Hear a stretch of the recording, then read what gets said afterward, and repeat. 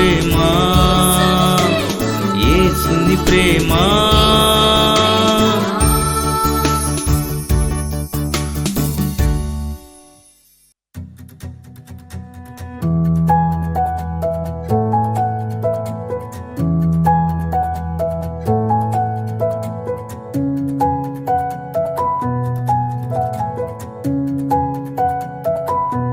స్తుతి నైవేద్యం. Praise the lord. ప్రభు నందు ప్రేమైన వాళ్ళరా, అందరూ బాగున్నారు కదా.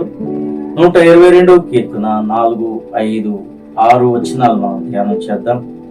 ఇశ్రాయేలీయులకు నియమింపబడిన శాసనమును బట్టి యెహోవా నామమునకు కృతజ్ఞతాస్తుతులు చెల్లించుటకై వారి గోత్రములు యెహోవా గోత్రములు అక్కడికి ఎక్కి వెళ్ళును. అచ్చట న్యాయము తీర్చుటకై సింహాసనములు దావీదు వంశీయుల సింహాసనములు స్థాపింపబడి ఉన్నవి. యెరూషలేము యొక్క క్షేమం కొరకు ప్రార్థన చేయుడి. యెరూషలేమా, నిన్ను ప్రేమించేవారు వర్ధిల్లుదురు. ప్రార్థన చేస్తున్నారు. గొప్ప తండ్రి, నీకే వందనాలు నాయనా. మీకే మహిమను ఘనతను ఆరోపిస్తున్నాం. మరొకసారి నీ దాసుని మరుగు చేసి ఆత్మచేత సంధించి నోటికి మాటలు అందించి అభిషేకించి మీరు మాట్లాడండి. ఈ వాక్యం ద్వారా వినుచున్న వారందరికీ దీవెన దయచేయమని, ఆశీర్వాదములు దయచేయమని యేసు నామమున ప్రార్థన చేయుచున్నాం తండ్రి. ఆమేన్. ప్రియమైన వాళ్ళారా, ఇక్కడ అంటున్నాడు, ఇశ్రాయేలీయులకు నియమింపబడిన శాసనమును బట్టి యెహోవా నామమునకు కృతజ్ఞత స్తుతులు చెల్లించుటకై. అసలు మనం దేవుని మందిరమును గూర్చి ఈ మాటలు చెప్తున్నాడు. దేవుని మందిరానికి ఎందుకు వెళుతున్నామంటే, దేవుడు ఒక ఆజ్ఞగా దేవుడు మందిరాలకు వెళ్ళమని చెప్తున్నాడు. క్రొత్త నిబంధనలోని ఈ ఆజ్ఞ ఉంది. అలాగే పాత నిబంధనలో మొట్టమొదట విశ్రాంతి దినమును పరిశుద్ధంగా ఆచరించండి, 6 రోజులు పని చేసుకోండి, ఒకరోజు ప్రభు మందిరానికి వెళ్ళి విశ్రాంతి పొందండి, దేవుడిని ఆరాధించుకోండి అని దేవుడు చెప్పాడు. కాబట్టి దేవుడు నియమించిన శాసనమును బట్టి దేవుని మందిరానికి వెళ్ళి 6 దినాలు పని చేసుకొని 6 దినాలు కష్టపడి మనం దేవుని మందిరానికి, దేవునికి మనల్ని పోషిస్తున్నందుకు, ఆరోగ్యం ఇస్తున్నందుకు, 6 దినాలు మనల్ని బ్రతికించినందుకు అన్ని విధాల దేవునికి కృతజ్ఞులమై మనము కృతజ్ఞతాస్తుతులు చెల్లించుకోవడానికి దేవుని మందిరానికి మనం వెళ్ళాలి. హల్లెలూయా. అందుకని ఇక్కడ అంటున్నాడు, వారి గోత్రములు యెహోవా గోత్రములు అక్కడికి ఎక్కి వెళ్ళును. హల్లెలూయా. దేవుని మందిరానికి వెళ్ళటం దేనికంటే పాత నిబంధనలో విశ్రాంతి దినమును పరిశుద్ధంగా ఆచరించాలట. అప్పుడు శనివారం విశ్రాంతి దినం, 7వ రోజు. అయితే క్రొత్త నిబంధనలో ఆది అపోస్తలులు ఆదివారం దినమందు రొట్టె విరవటానికి ప్రభు మందిరానికి వెళ్ళేవారు. క్రొత్త నిబంధనలో మత్తయి సువార్తలో ప్రయాసపడి భారం మోసుకొంచున్న సమస్తమైన జనులారా నా యొద్దకు రండి, నేను మీకు విశ్రాంతినిస్తాను. మనం దేవుని మందిరానికి వెళ్ళటం ఎందుకంటే మనం సేద తీరటానికి.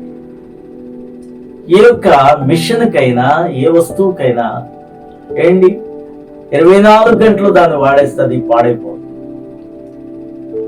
కొన్ని గంటలో, కొద్ది రోజులో, లేకపోతే ఒక రోజైనా దానికి విశ్రాంతిని ఇవ్వటం మంచిది. కాబట్టి అలాగే మనిషి కూడా ఈ జీవిత యాత్రలో, ఈ జీవన కాలంలో వారానికి 7 రోజులుంటే అందులో 6 రోజులను దేవుడు ఏం చేయమంటాడంటే, చదువుకోండి, పని చేసుకోండి, ఉద్యోగాలు చేయండి, వ్యాపారాలు చేయండి, కష్టపడండి. ఆ కష్టాన్ని మీరు దీవెన పొందుకోవాలనుకుంటే ఒక్కరోజు చక్కగా దేవుని మందిరానికి వచ్చి విశ్రాంతి పొందండి. మీ యొక్క మైండ్కి, మీ యొక్క ఆత్మకు, మీ యొక్క శరీరానికి విశ్రాంతి కావాలి. ఈ విశ్రాంతి మనకి ఎక్కడ వస్తుందంటే, ఎక్కడికో ఏ సినిమాకో, షికార్లకో, లేకపోతే ఇంకా వేరే చుట్టాలింటికో వెళ్ళటం విశ్రాంతి కాదు. దేవుణ్ణి ఆరాధించుకోవడానికి వెళ్ళినప్పుడు దేవుని మందిరంలో సకలమైన ఆశీర్వాదాలు, సర్వ సంపదలు అక్కడ ఉంటాయి. అక్కడే ఆరోగ్యం ఉంటుంది, హృదయానికి ప్రసన్నత ఉంటుంది, ప్రశాంతత ఉంటుంది. అలాగే దేవుణ్ణి ఆరాధించడంలో ఆనందం ఉంటుంది. వీటి వల్ల మనం మరలా 6 రోజులు పని చేసుకునే శక్తిని దేవుడు మనకి ఇస్తాడు. కాబట్టి ప్రతి వారు వారి గోత్రములు చొప్పున నాడు ఇశ్రాయేలు వెళ్ళేవారు ఈ రోజున ప్రభువుని క్రీస్తుగా అంగీకరించిన వారు రక్షకునిగా అంగీకరించిన వారందరూ ప్రతి ఆదివారం నా దేవుని మందిరానికి వెళ్ళాలి, తప్పకుండా వెళ్ళాలి. హల్లెలూయా. ఆ రోజు ఏ పనులు పెట్టుకోకూడదు, ఏ విధమైన షికారులు, లేకపోతే ఎక్కడికెక్కడికో వెళ్ళటం కాదు. ఎక్స్ట్రా జీతాలు వస్తాయని పనులకో పరిపాట్లకో లేకపోతే కూలి పనులకు వెళ్ళిపోయి 1000 రూపాయలు 500 ఎక్కువ కష్టపడదామని అనుకునే వాళ్ళకి అది ఏమీ మిగలదు. దేవుని మందిరానికి వెళితే 6 రోజుల కష్టార్జితాన్ని కూడా దేవుడు ఆశీర్వదిస్తాడు. హల్లెలూయా. అచ్చట న్యాయము తీర్చుటకై సింహాసనములు, దావీదు వంశీయుల సింహాసనములు స్థాపింపబడి ఉన్నవి.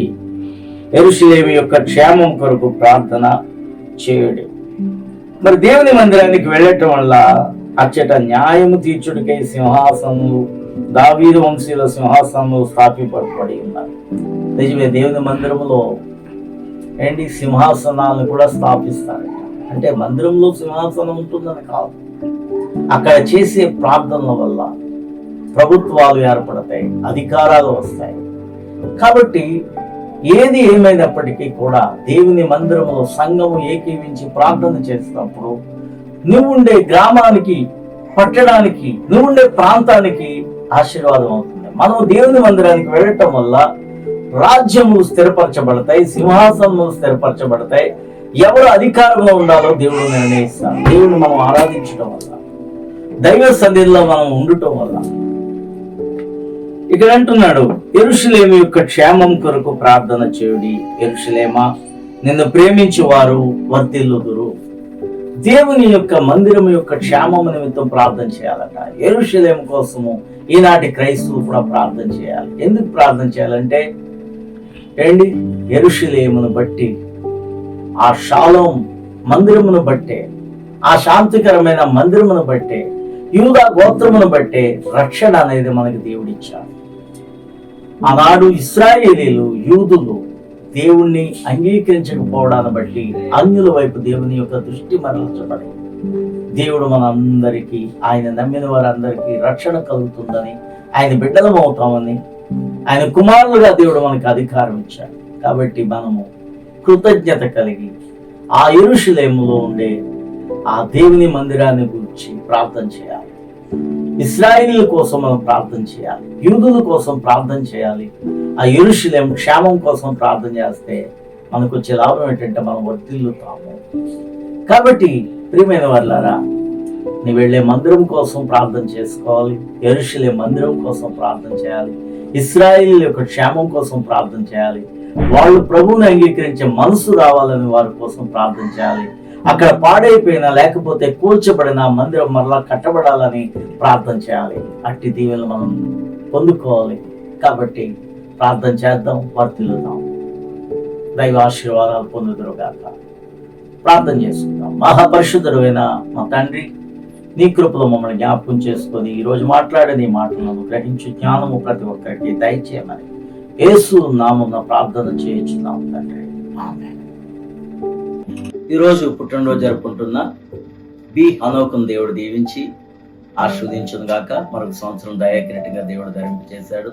హనోక్ ఇంకా మంచి జ్ఞానములు, చదువులోను, అన్ని విషయాల్లోనూ వర్ధిల్లేటట్లుగా దేవుడు బ్లెస్ చేయను గాక. Happy birthday to you Hanok, God bless you. ఈరోజు పెళ్లి రోజు జరుపుకుంటున్న సతీష్, సరళ దేవుడు దీవించి ఆశీర్వదించును గాక. వారి దాంపత్య జీవితంలో ఇంకా ఐక్యత, ప్రేమ, సమాధానాలతో దేవుడు నింపును గాక. హ్యాపీ వెడ్డింగ్ యానివర్సరీ సతీష్, సరళ, గాడ్ బ్లెస్ యూ.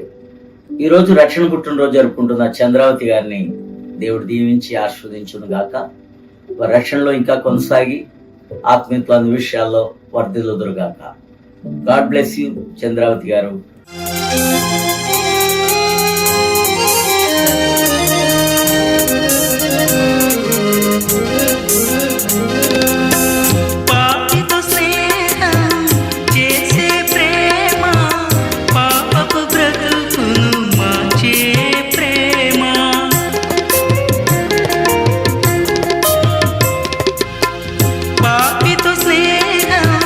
చేసే ప్రేమ పాపపు బ్రతుకును